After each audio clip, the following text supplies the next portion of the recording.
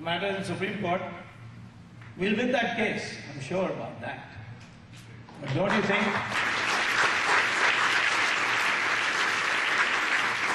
Don't you think that the Muslims, in a spirit of brotherhood, should give it up? Saudi Arabia one day demolished. Saudi Arabia regularly demolishes masjids. Musharraf demolished one day 7 masjids. No protest. In Saudi Arabia, the government demolished a masjid where Muhammad used to pray, read his namaz. So there was a protest. At least Muhammad's. And for what? To build a road. And some people protested. Muhammad used to read here centuries old. Why? So the Saudi Arabia government formally issued a press note that now we feel more vindicated having demolished that masjid, because to raise this question of Muhammad reading namaz there means that idol worship has returned into Islamic practice. We cannot accept it. Therefore we have to demolish it. So if the masjid can be demolished, we are only saying that where Kashi Vishwanath, we know, we have documents, there is no dispute that Aurangzeb ordered it. We know that what happened in Vrindavan. We know what happened in Ayodhya. There are 300 such temples, or at least, which are very important. But Hindus will say, leave 3, forget the rest. But they are not agreeable, because they get encouragement from Hindus, secular Hindus. Some people say they are secular Hindus, S-I-C-K. U-L-A-R, secular, Sikh. We know that these are the things on which the country doesn't know the truth. In America, Vishwanda Parishad is constantly buying churches. I asked an American, don't you as a Christian feel bad? These fellows are buying these churches and then converting them to temples. He said, that's only a building. Once the cross is taken out, it's a building.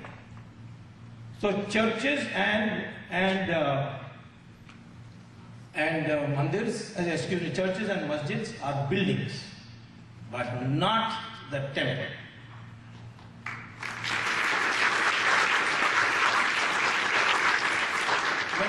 When I became Minister of Law, file was put up before me saying that when Rajiv Gandhi was Prime Minister, Rajiv Gandhi's only mistake in life was getting married to the wrong woman.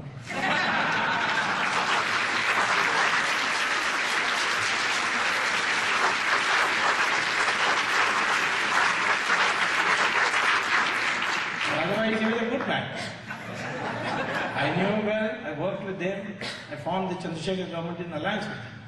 He was the one who serialized Mahabharata and Ramayana in the Indian television, which evoked that spirit.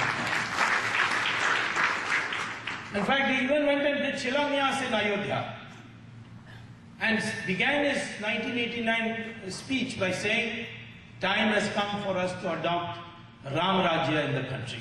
This Rajiv Gandhi said. So he had apparently initiated a case where, see, in Tanjavur, one farmer was digging the ground and he hit a metal.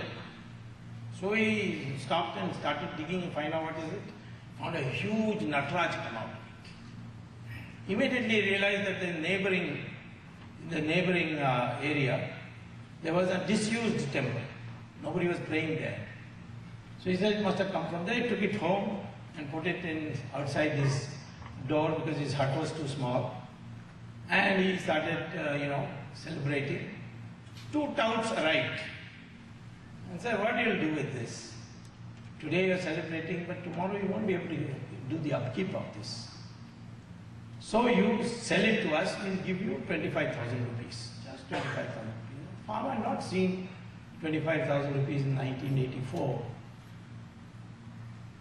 in one bundle. So he sold it. They smuggled it outside and they decided to auction it in Sotheby's and charged the price tag of the auction, minimum price tag, calling price was £5 million. So at that time the Indian High Commission protested to our government. Rajiv Gandhi just put a file noting that this should be opposed. But by then he left. I mean, he was no more Prime Minister. And then after VP Singh government fell, our government, the Chandrasekhar government came, the file came to me. So I said, fight it. We argued that when a mandir is built, a temple is built by Hindus, we do Prana Pratishtha Puja according to Agama Shastras. And that Prana Pratishtha Puja, what happens? The Lord comes into the Murti and he begins to reside in that temple. So when you go to visit a temple, you are not just seeing a Murti for your remembrance. God is there. That is the Hindu belief. And therefore, it is Hindu law that a temple is owned not by anybody who builds it, but by the Lord himself. And we all can only be tested.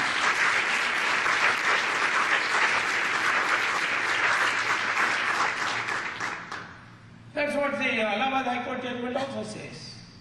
That Ram Lala is the owner of that central portion of the Babri Masjid. And the others are trustees. Well established. And then the House of Lords upheld our view, returned the Nataraj's, that brass thing, and then the judgment says that in Hindu theology it is well established by the government of India that a temple once built is always a temple whether it is in use or disuse and shall remain without being demolished by anybody.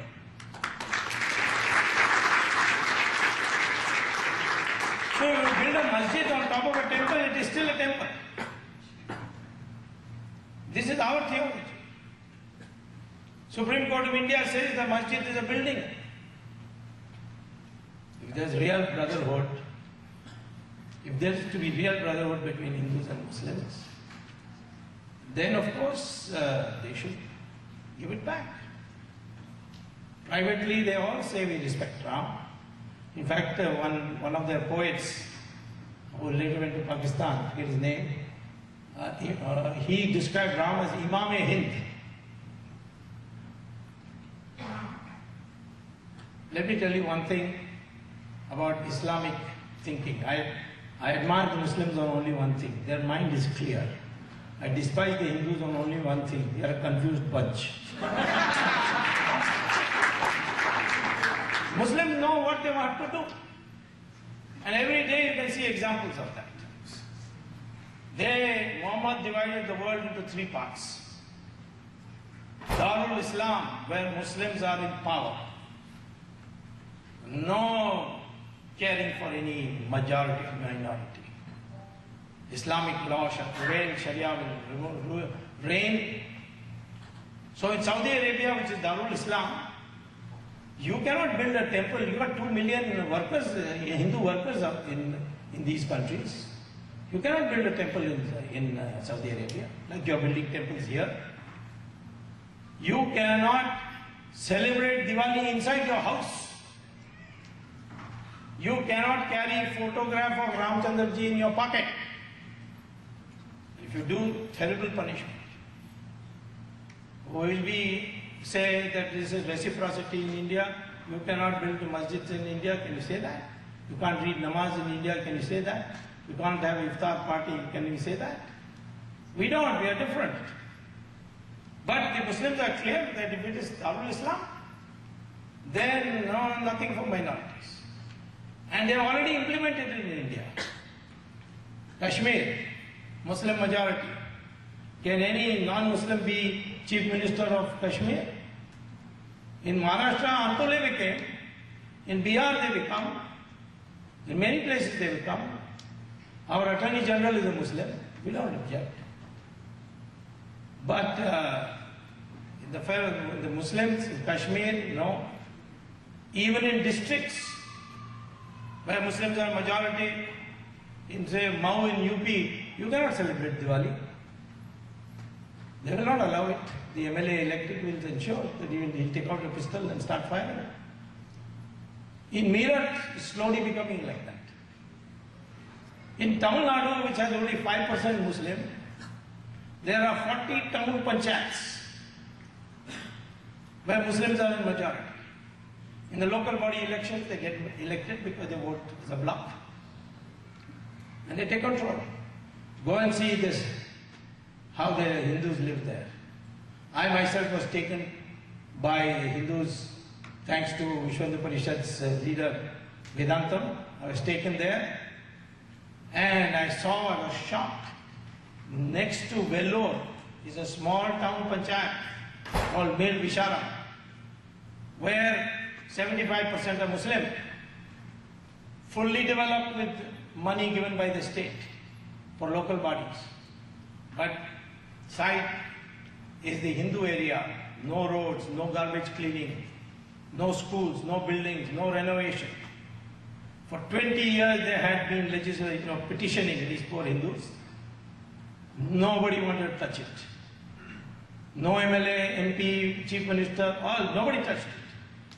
Finally they saw me fighting for Ram Setu, so they got hold of Vedantam. They asked me to, asked him to bring me. I went there, saw it. I asked them, have you been petitioning? Have you got records? They gave me files this big. I went and filed a writ petition in the Madras High Court. First, when I argued this matter, I said that if you can't give justice to the Hindus there, partition that Mel Vishara, make it into two town panchayats. And it's not big enough for one town panchayat, make them village panchayats. The Chief Justice got very upset with me and he said, you're trying to communalize. I never expected you to do this. I told her, Mr. Chief Justice, if you can tell me only one sentence, that minority means only Muslims and Christians, and Hindus can never be minorities anywhere, even if they are only 10% of the population, I'll walk out of this court. Then he said, what did you mean by that? So I produced that. The Chief Justice read through it.